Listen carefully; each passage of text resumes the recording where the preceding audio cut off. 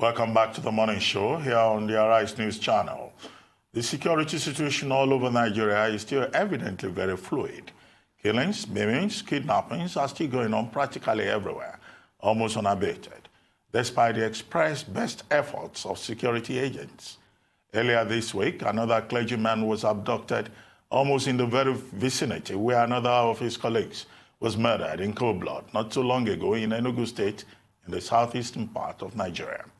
This morning, there have been reports of gunmen abducting an appeal court judge in Edo State in the south-south, where the theater of war remains in northeast of Nigeria, where terrorism has held sway for more than a decade. Chief of Army Staff, Lieutenant General Tuko Buratai, believes the military campaign against the terrorists has been suffering reverses because of inadequate funding. Is it all about money then? For a conversation around all of this, we're now being joined by Mike Ejiofor, the former director of the State Security Service. Mike Ejiofor, you are welcome to the morning show. Good morning, sir. Thank you for joining us. Thank you. Good morning. Good morning. Thank you for honoring our invitation all the time. Always a delight to have you on the program. But let's start with something far more immediate, and that's Operation Positive Identification. This week, both the Senate and the House of Representatives have kicked against the idea of, the military's involvement in internal security operations, and particularly this latest one, Operation Positive Identification, coming on the heels of Operation Egueke, Operation Crocodile Smile, and similar operations launched internally by the military. Now, what do you think about this Operation Positive Identification? Is there something about negative identification in Nigeria? And if that is the case, should it be the responsibility of the military to be identifying people, asking for driver's license, asking for all forms of identification? Don't you think this is an abuse, of the military, reducing the military to routine police work? Well, I find it very difficult to reconcile because there have been claims and counterclaims from the military on this Operation Positive Identification, like you said. But again, I want to commend the National Assembly, the Senate and the House of Representatives for taking the initiative to say that it should not be allowed. One, it is not the responsibility of the military to begin to carry out such exercise, and the inconvenience is going to bring to Nigerians. So I don't think that Operation Positive Identification was properly thought out, because we are yet to know the details. What identity are they looking for? Is it the national ID card, the international passport, driver's license? What it means that you must carry an identity. And there must be a standard on what kind of identity you need to carry along. So these things were not properly thought out. And I believe the National Assembly has taken the right step to stop the operation until the guidelines are streamlined. Because we don't know, I personally don't know the aims and the objective of that exercise. Because one thing is for sure, the insurgents or the terrorists can also carry identity and positively identify themselves on the way. So how do you know who is a terrorist? Because there's no terrorist or insurgents that will carry identity that I'm a terrorist. So until the until the details are given to know exactly what perhaps that is going to assist us in solving this problem. Until that is done, I don't think it's necessary, because one, like I said, it's not the duty of the military, and if such exercise should have taken place, I believe that should have been in collaboration with immigration and the police. Absolutely, sir. Well, Senator Ali Ndume, the chairman of the Senate Committee on the Army, has invited Lieutenant General Buratai, so we hope for more details on that. Now let's turn to the death of ISIS leader Bakr alBaghdadi, in the most dreadful of, descriptions, as General Trump gave us, such vivid descriptions. Is it too much to hope that ISWAP will lose momentum and stop being such an absolute terror in the north of Nigeria? What are your thoughts on the effect that his death will have, given, according to some reports, that his replacement has already been killed? Is it a case of if you chop off one head, another grows in its place? Or will they actually, are we going to see a dampening of their activities? And also, what are your thoughts on the recent comments by the Vice President that the whole world needs to come together to stamp out this terror in the Sahel, as was done by various allies to stamp out ISIS in Iraq? Is that what it's going to take? Well, you see, the death of the leader of any terrorist group or insurgent will have some psychological effect on the organization. But it has nothing to do with stopping the activities of the group, because, you know, they are organized, they have leadership, they have their aims and objective, the financing, and it's psychologically, like I said, it's going to affect them, but it's not going to stop them from their operation.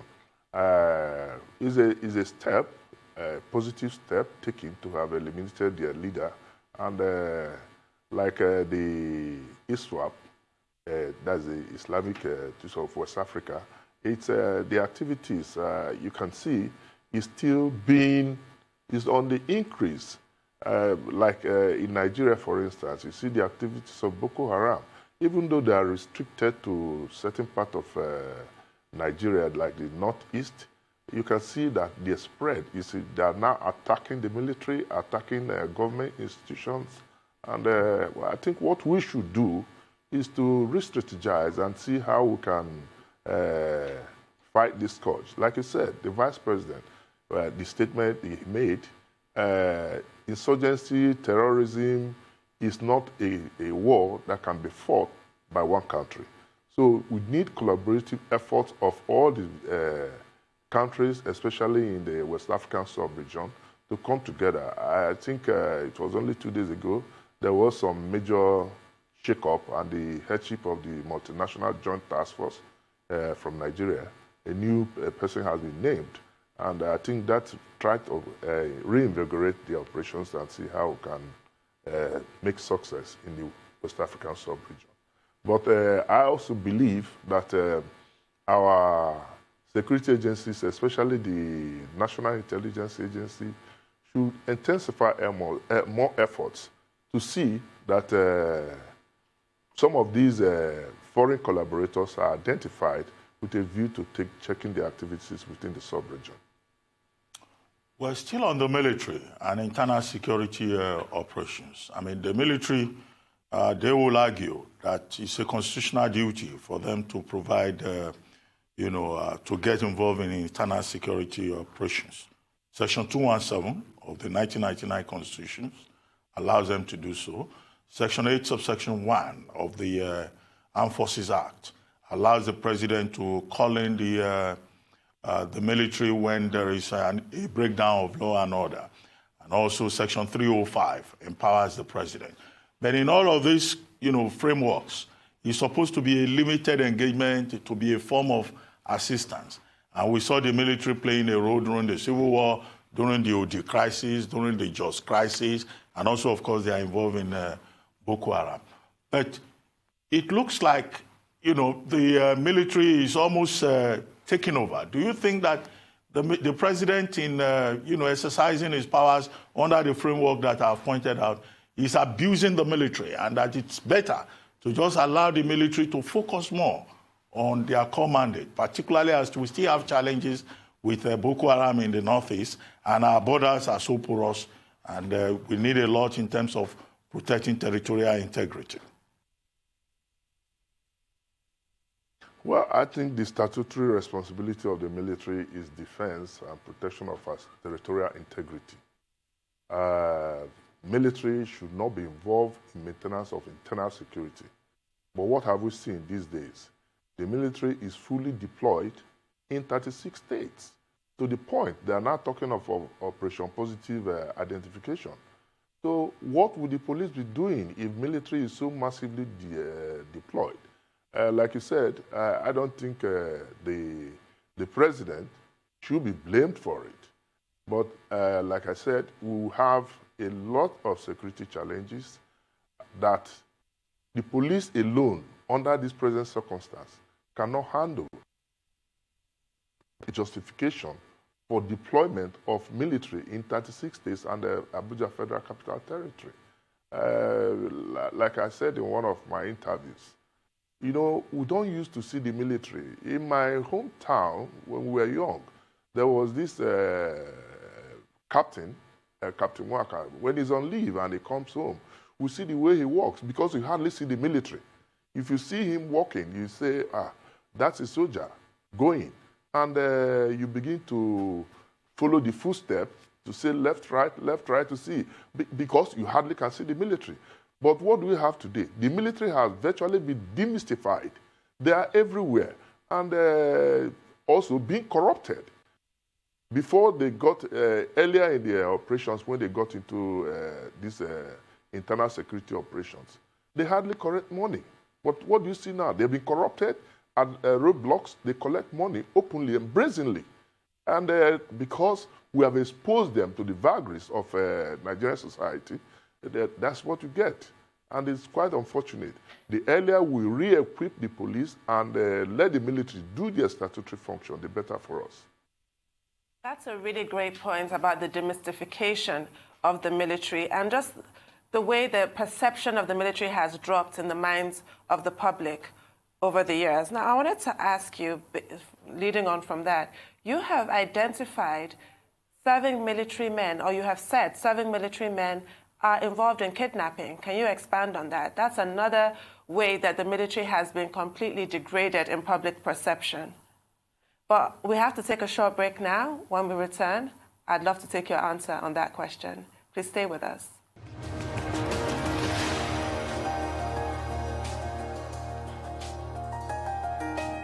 Welcome back to the morning show here on Arise News. We're still with Mike Ejiofor, a former Director of State Security Service Director. Mr. Ejiofor, just before we went on the break, you were talking about the good old days where seeing a soldier was a novelty and a treat, and how they've been subsequently demystified. And I raised a quote of yours where you said that serving military men were involved in kidnapping. I'd like you to expand on that and the fact that this is the perception that the public now has of our military. And also wanted to raise another issue. Around this time every year in the UK, everybody from kindergarten children to TV presenters like ourselves to just everybody of all ages is wearing a red poppy in the lead up to Armistice Remembrance Day on November 11th. We have something similar in Nigeria, Armed Forces Remembrance Day, that's in January 15th. But what we have here is only people, maybe in the presidency, a few officials who wear that emblem.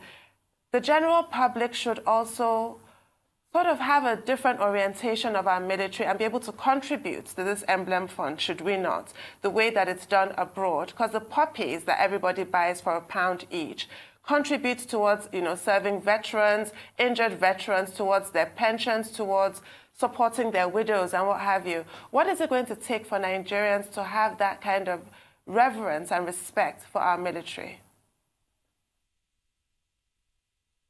Well, there are too many questions now put together. Maybe I'll start from the issue of involvement of the military in criminal activities.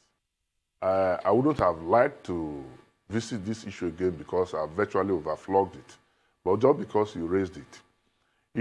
When I had my incident of kidnap, I said it point blank that some military men were involved in my kidnap. But I kept it to myself until 2 years after, when I saw that the situation was not improving. I've virtually been vindicated with what happened in Taraba. But one point should be clear. The military men involved in criminal activities are not acting on behalf of the military. I must make this clear. They are not acting on behalf of the military. They are acting on behalf of themselves out of greed. Because, don't also forget that the military are Nigerians. They are people by Nigerians. They are not imported from outside the country. They are also facing the harsh economic conditions. That is not also justifying criminality. But a society where you have problems and people are finding it difficult to meet, we were contending with this issue of the government, the Fulani government, because I don't call them headsmen. But you can see now that a lot of people have now infiltrated the rank and file of this criminality. It's not only the headsmen or the gunmen now that, like what happened in Benin yesterday. You can see that these people operated in a vehicle when the justice was kidnapped and is oddly shot dead. That will show you the extent to which we degenerated, and without sounding pessimistic, we are in for harder times as December approaches, because most of the criminals will also want to go home to show that they belong to Nigeria, that the economic times is not only affecting them, but they are also making ends meet. So in support of our military, like you said, that's why I had to make that distinction. The military needs our support. They need our support, like you talked about the puppies. When we were in school, the primary school in those days, we buy puppies to support the military. But now it's top government functionaries that just wear them for, and I can tell you that some of them don't even know the essence of why they are putting it on. They don't contribute to it. So we should sensitize Nigerian public to support the military. Why am I saying this? If you look at the budgetary allocation for the military in 2020 budget, it's 100 billion. And what do you do with that? The military, the defense budget is grossly inadequate. And that's why I said when the chief of army staff on Monday in Calabar, mentioned that the military or the defense need the budget and the ceiling should be removed under that. I support that move because you look at even the budget, the best practices globally all over the world, the defense budget is between 1% to 4.5% of the gross domestic product. What do we have in Nigeria? We have 0.4 for this year in terms of budgetary allocation to the defense. So how do you account for it? And within this budgetary allocation, you have over 60 to 70% in recurrent expenditure. So what do you have left for the capital expenditure? Virtually nothing. In addition to that, these monies budgeted are not fully released. At times, the budget performance is between 10, 20, 50, not even up to 50%. So we have a lot of challenges. So Nigerians need to support our military, but that will not be sufficient. And I can tell you that without the support of state governments in terms of these operations, the military would have been in a very serious situation.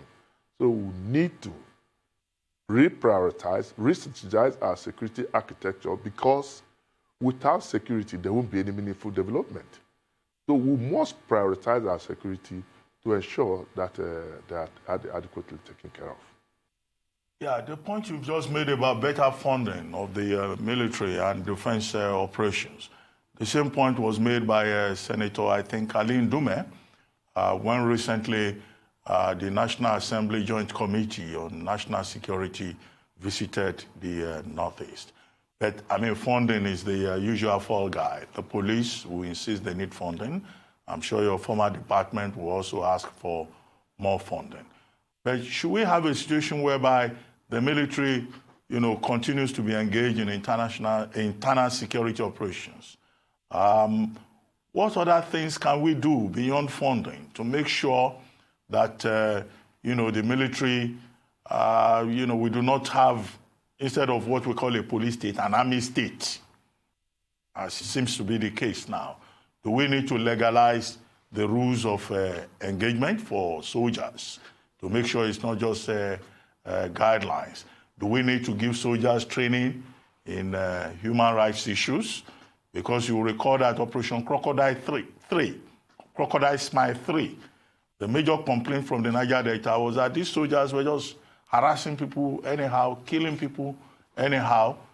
So if we're faced with a federal complaint, then what do we need to do to make sure that, in terms of rules of engagement, we do not end up with an army state? Well, I think what we should do, before you say you have to engage the military in internal security operations, like you are suggesting, you have to amend our constitution to accommodate them. For now, the constitution is very clear on the way of deployment of the military, which we have also gone against. It's illegal, it's unconstitutional, but because of the various security challenges we are facing in the country, we just have to do with what we have. The best way to handle this is to re-equip the police. We have said this in times without number that police is not adequately funded. Take, for instance, the present government promised to be recruiting 10,000 policemen annually. As we speak, I'm not sure they have been recruited. In fact, there's a problem between the Police Service Commission and the police management. And how do you make progress under such environment? It's very sad, and we need to look into some of administrative procedures. We are talking of federalism. Are we actually and truly practicing true federalism? This is one of the areas that I think we should focus, the National Assembly should focus on, look at the way of decentralizing, not only equipping the police, but decentralizing the police. I also want to support the issue of creation of a state police, because if you do that, people will know their environment. You look at the present IG also is talking about community policing, which is a step in the right direction. But for the involvement of the military, I am not in support of deployment of the military for internal security operations. But the police is overwhelmed, is understaffed, underfunded, and that's where we find ourselves. It's a very, very ugly situation. So, Mr. Ejiofor, the president had a successful outing recently. He was in Sochi for the Africa-Russia summit.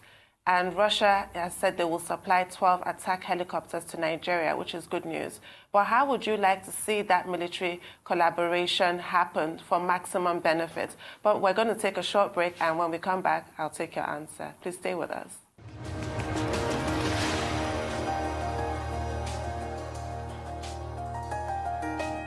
Welcome back to the morning show here on Arise News. We're still with Mike Ejiofor, a former Director, Department of State Services.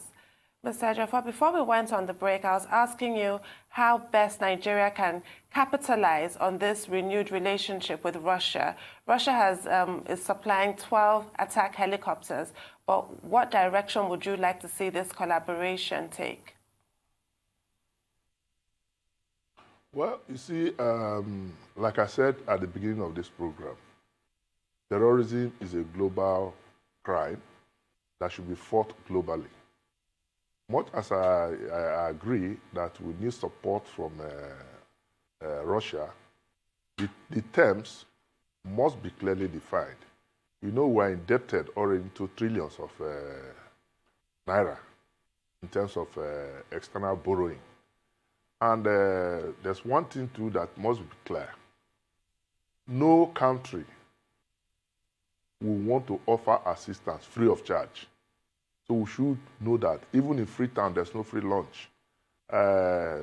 All the people struggling, Russia, America, China, struggling for space in Africa, they are protecting their economic interests.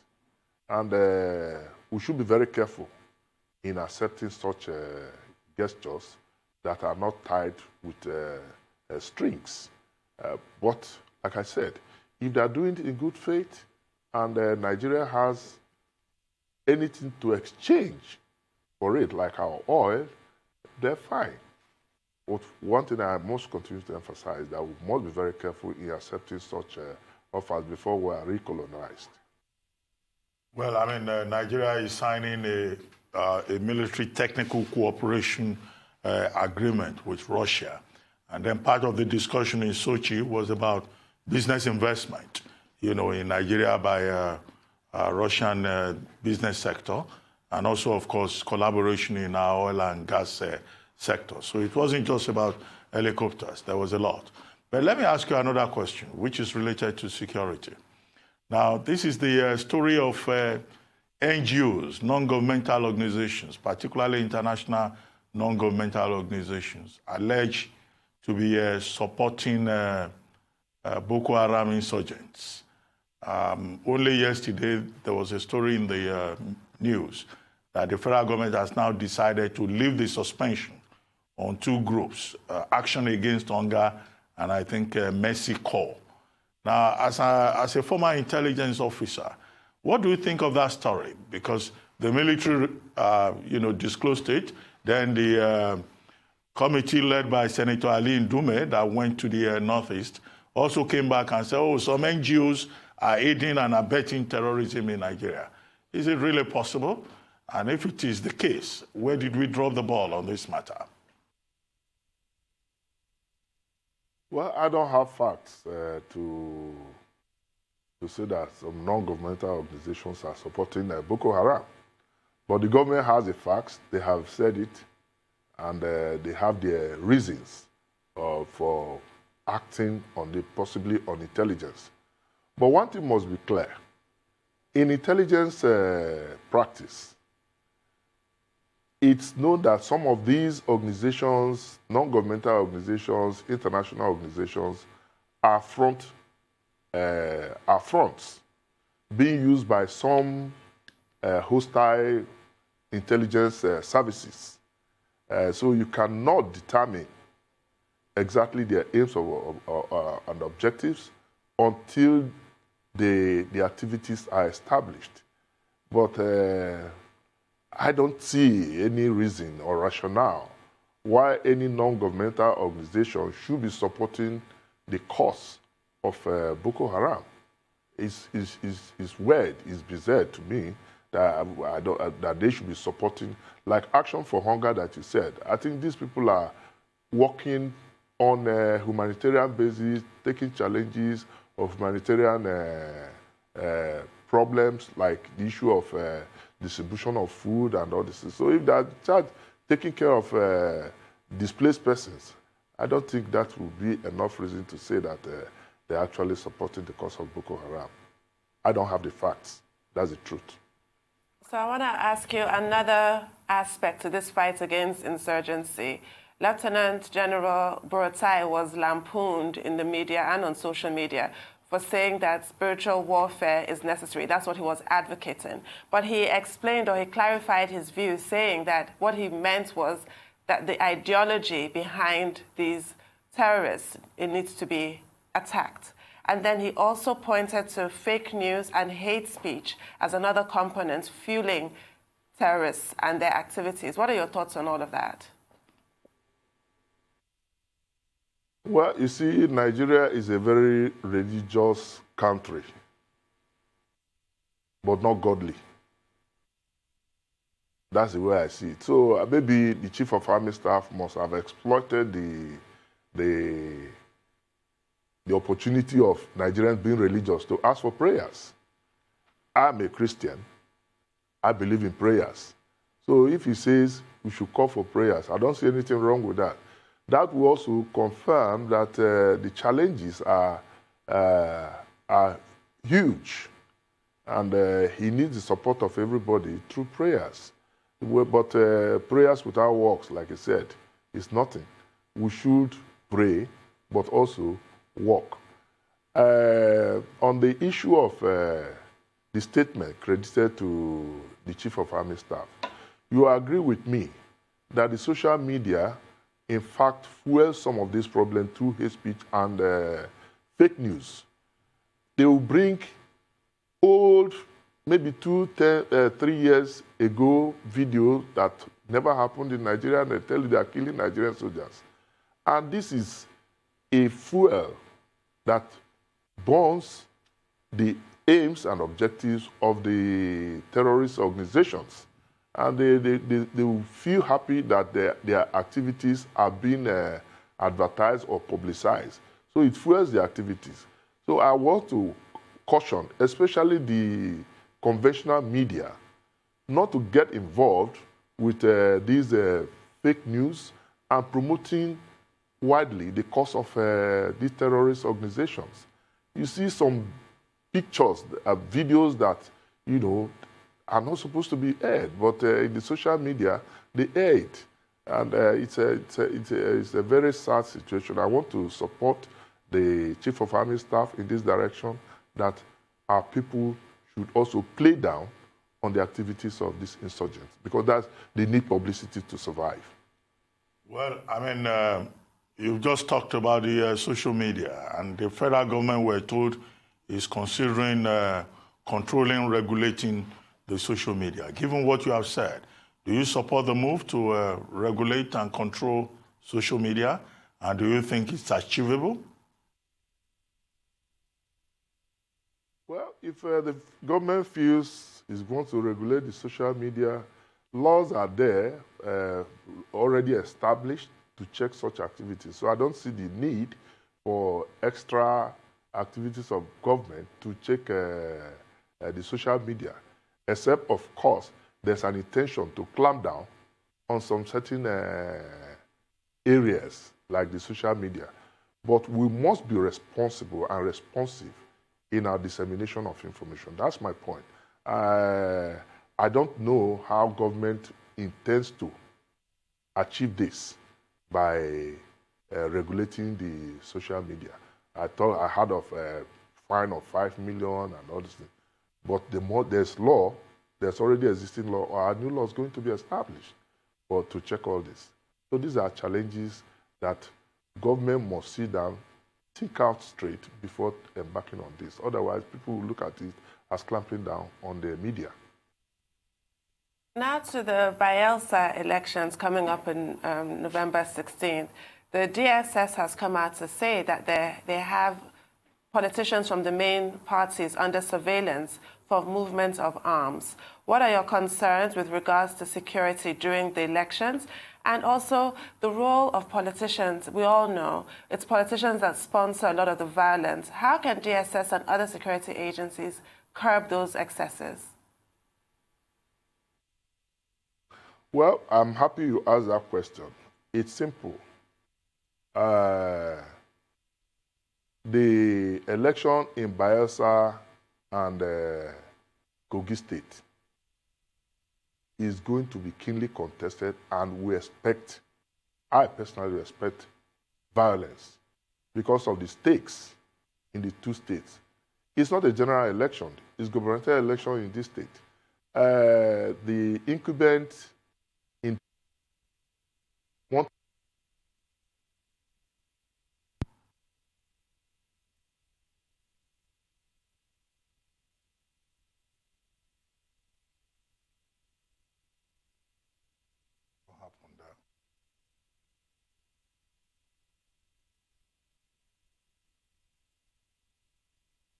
Looks like we lost connection with him there.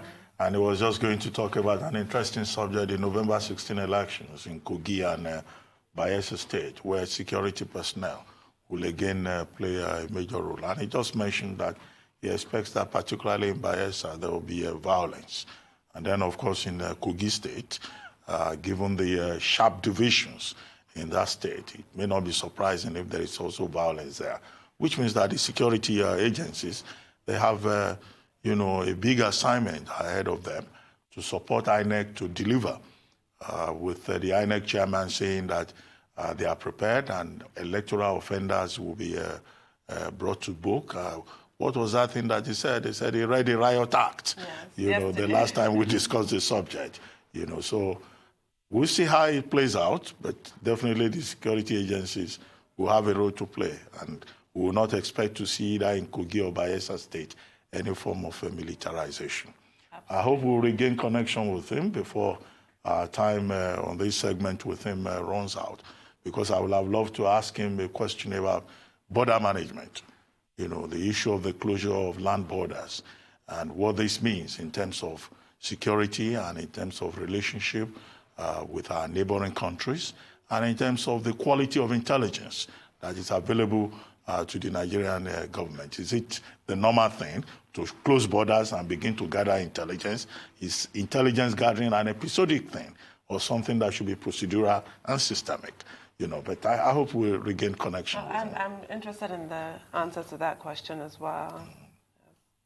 But the question you asked him about, ISIS and what the Americans have done, I think the big concern is that, look, I don't think that the killing of one individual would necessarily solve the problem with ISIS. Look at Iraq. I mean, Iraq was under foreign occupation more or less from 2004 to about 2017. In the last 2 years, they tried to have a semblance of order in Iraq, but Iraq has collapsed again, because the death of the protesters. Yes, because the rogue elements within the system are still there. ISIS, yes, you may have killed Abu Bakr alBaghdadi, but at the same time, yes, you quoted President Trump saying that his successor has been killed. The successor that he's referring to, yes, there was, another person, the spokesperson of the movement of the Islamic State who was killed. But the Islamic State has announced the emergence of the advisor on Muslim affairs, what's his name, Kadesh, as the successor. So that means the organization is still there. Yes, and the threat, the global threat, still exists, which is the point. But Mike Ejiofor, are you back with us? Hello, yes, can you hear you? Oh, very good, very good. Sorry about that technical hitch. So if you may continue on your comments about Bayelsa. Unfortunately, we've run out There's of time. no more time? Yes. Oh, okay. So we have to go. Thank you very much, Mike Ejiofor. Thank you, sir. Very great encounter with you. We thank you very much for your time.